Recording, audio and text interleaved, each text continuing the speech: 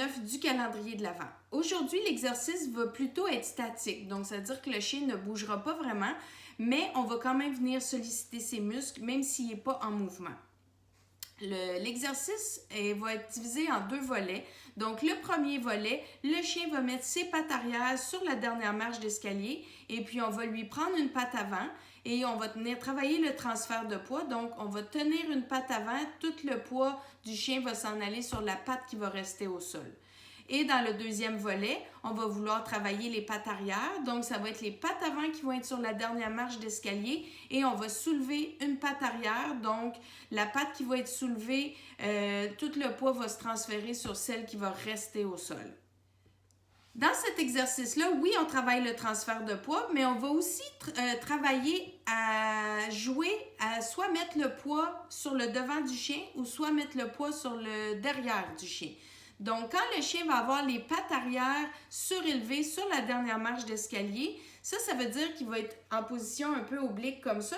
Donc, tout le poids va s'en venir sur les épaules parce que comme il y a les pattes arrière surélevées, tout le poids va aller en avant.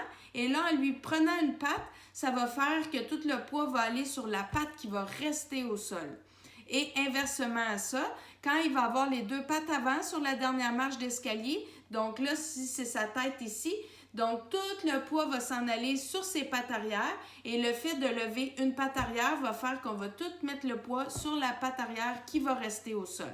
Donc, on vient jouer si on veut travailler soit le devant ou le derrière. Quand vous allez prendre la patte du chien, c'est important de ne pas la lever trop haute. Donc, l'idée ici, c'est pas vraiment que la patte soit plus haute que l'épaule. On veut simplement lever la patte juste pour dire qu'elle décolle du sol. Donc, ça force le chien à tout transférer le poids sur la patte qui va rester au sol. Donc, dans ce cas-ci, ça n'a vraiment pas d'importance. On ne veut pas accorder de l'importance à lever la patte haute. Donc, on fait juste la soulever juste pour dire qu'elle est quelques pouces plus haute que le niveau du sol. Quand vous allez prendre la patte avant, ça va être important parce que là, le chien va avoir les pattes arrière surélevées. Si ma main ici, c'est sa tête, donc les pattes arrière sont plus hautes que le devant.